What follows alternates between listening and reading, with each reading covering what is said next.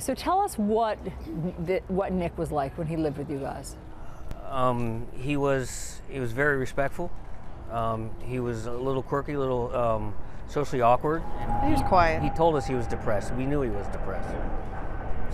And so when you say he was quirky, just give us a sense of what that looked like.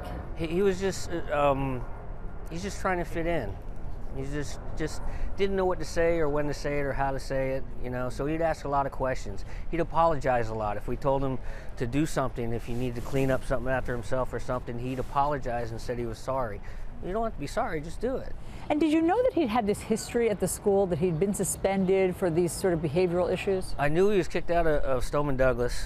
I didn't know why. I asked him, he said for fighting.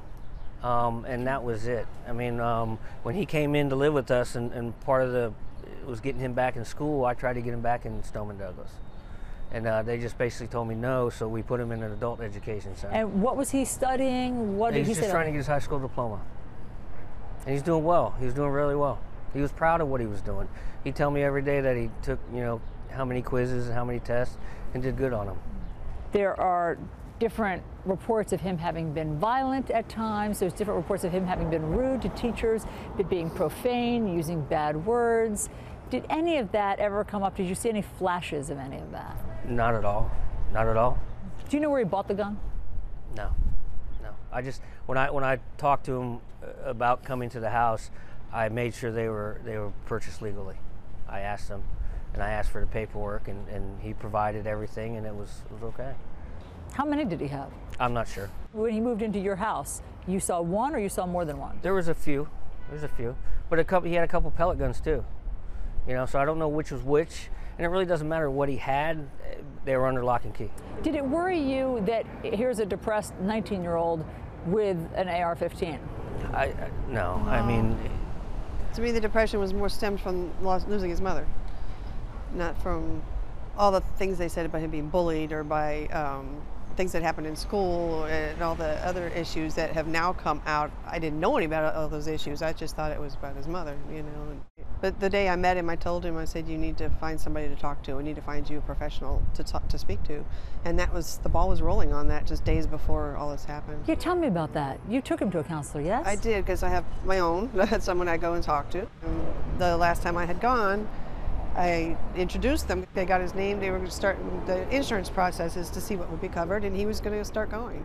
Ironically, it probably would have been this week. Right. Right. So he was open to it. He was open to going Absolutely. to counseling. He asked me on more than one occasion.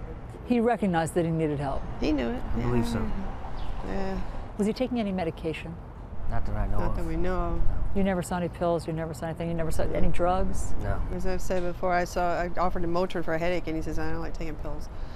So I don't know. I mean, he took it eventually. You know, I told him, I'm a nurse. You should, you know, do this. It'll help your head. And he was thankful later, but he says, I really don't like taking medications. So tell me about what happened Wednesday morning. I didn't talk to him Wednesday morning. I talked to my son, and he told me that Nick told him the night before that it's Valentine's Day, and he doesn't go to school on Valentine's Day. Was there anything unusual about Wednesday morning? Was No.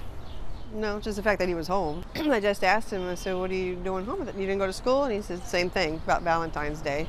I said, well, what about work? And they called and said they didn't need me. I said, all right, well, so what are you going to do today? He goes, well, I'll just go fishing. And he was getting fishing stuff out.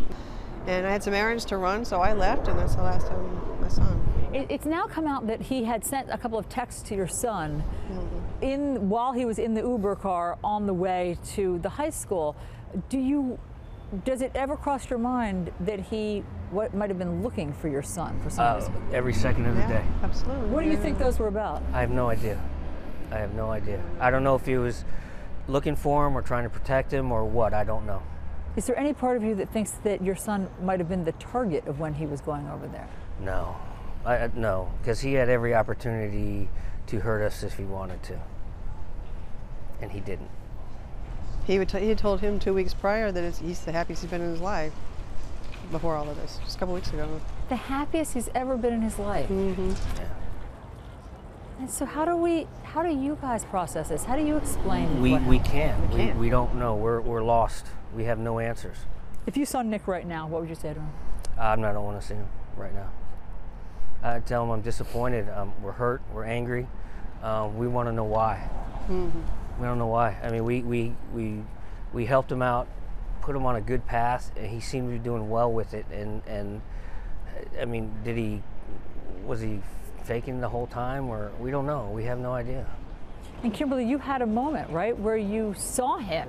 You went to the police station. Can you just tell us about that moment?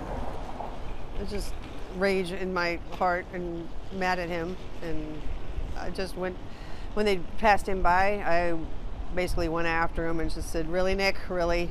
You know, and he pulled me back in the room. So And what did he say to you? I didn't hear what he'd said. He heard him apologize, but He I said he didn't was hear it. sorry. And what did you see in that moment when you looked at him? He was lost.